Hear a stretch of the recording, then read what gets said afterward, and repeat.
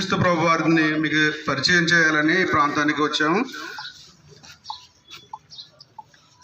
అయితే బైబిల్లో ఒక మంచి మాట ఉందండి. ఏమిటంటే సర్వశక్తి మంత్రుడైనటువంటి దేవుడి గురించి కీర్తనాకారుడు ఏమంటాడంటే, కుమారుడు మనకు అనుగ్రహించబడ్డాడు, ఆయనను ముద్దు పెట్టుకున్నాడని బైబిల్లో రాయబడి ఉన్నది. కనుక ప్రజలందరికీ తెలియజేస్తున్నటువంటి విషయం ఏమిటంటే, ఆయన కుమారుడిగా ఈ లోకానికి అనుగ్రహించబడ్డాడు.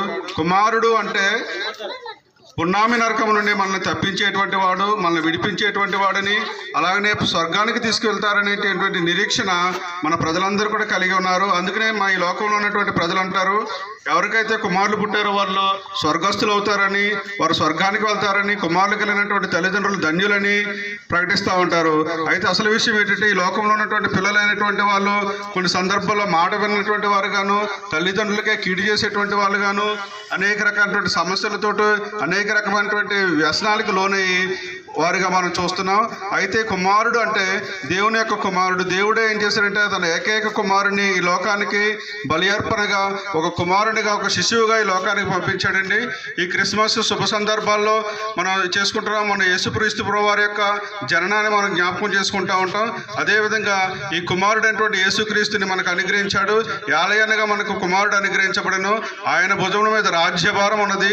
ఆశ్చర్యకరుడు, ఆలోచనకర్త, నిత్యుడగు దేవుడు, సమాధానకర్త అనే అధిపతి అని ఆయనకి పేరు పెట్టబడినని బైబిల్లో మనకు తెలియపరచబడినదండి. అందుకు నేను తెలియజేసే విధం ఏంటంటే, కుమారుడైనటువంటి యేసుక్రీస్తు ప్రభు వారు మన అందరి నిమిత్తము ఈ లోకానికి ఒక కుమారునిగా అనుగ్రహించబడ్డారు. ఎవరైతే ఆయనను అంగీకరిస్తారో, ఎవరైతే ఆయనను గొప్ప కార్యాలు చేసేటువంటి వాడు, మన జీవితాలని ఉన్నటువంటి పాపాన్ని తీసేటువంటి ఆ యొక్క పుణ్య కార్యాన్ని, పుణ్య యజ్ఞాన్ని ఆయన ఒక్కరు మాత్రమే చేయగలడు. ఎందుకంటే ఆయనలో పాపము లేనటువంటి వాడుగా, పాపము ఆయన అంటనటువంటి వాడుగా ఈ లోకానికి వచ్చాడు. కన్య అయినటువంటి మరియ గర్భాన్ని జన్మించి ఈ లోకానికి వచ్చినటువంటి దేవుడు యేసుక్రీస్తు ప్రభువారండి. అందుకని ఆయనలో ఉన్నటువంటి పాపము లేదు కనుక ఎవరైతే ఆయనను ఆశ్రయిస్తారో వారిలో ఉన్నటువంటి పాపాన్ని, రోగాన్ని, వారికి ఉన్నటువంటి పాపకరమైనటువంటి శాపానంతటిని కూడా ఆయన మీద వేసుకుని శిలువ మీద బలి అయి ఆయన రక్తం ద్వారా సర్వ ప్రపంచంలో ఉన్నటువంటి మానవులందరికీ రక్షణ కలగజేశారండి. అందుకని ఎవరైతే ఆయనను విశ్వసిస్తారో, ఆయన రక్తాన్ని విశ్వసిస్తారో, ఆయన రక్తాన్ని ఆశ్రయిస్తారో వారికి ఉన్నటువంటి పాపముల నుంచి విడుదల కలిగి పరలోకానికి యోగ్యులుగా అవడానికి దేవుడు కార్యం చేస్తాడు. అంత మాత్రమే కాకుండా ఎవరైతే ఆయన యందు నమ్మి విశ్వసించి బాప్తిస్మం పొందుతారో వారు పరలోక రాజ్యానికి వారసులు అవుతారని బైబిల్ సెలవిస్తుంది.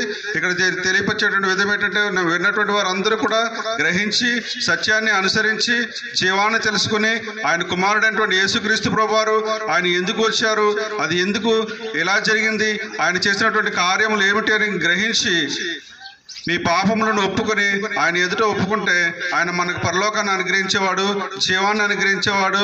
అంత మాత్రమే కాకుండా మనం ఉన్నటువంటి స్థితి నుంచి మనల్ని విడిపించేటువంటి దేవుడు, మనకు ఉన్నటువంటి సమస్తమైనటువంటి కీడు నుండి మనం తప్పించేటువంటి దేవుడిగా ఉన్నాడని మీకు తెలియజేసుకుంటూ యేసు నామమున ముగిస్తున్నాను.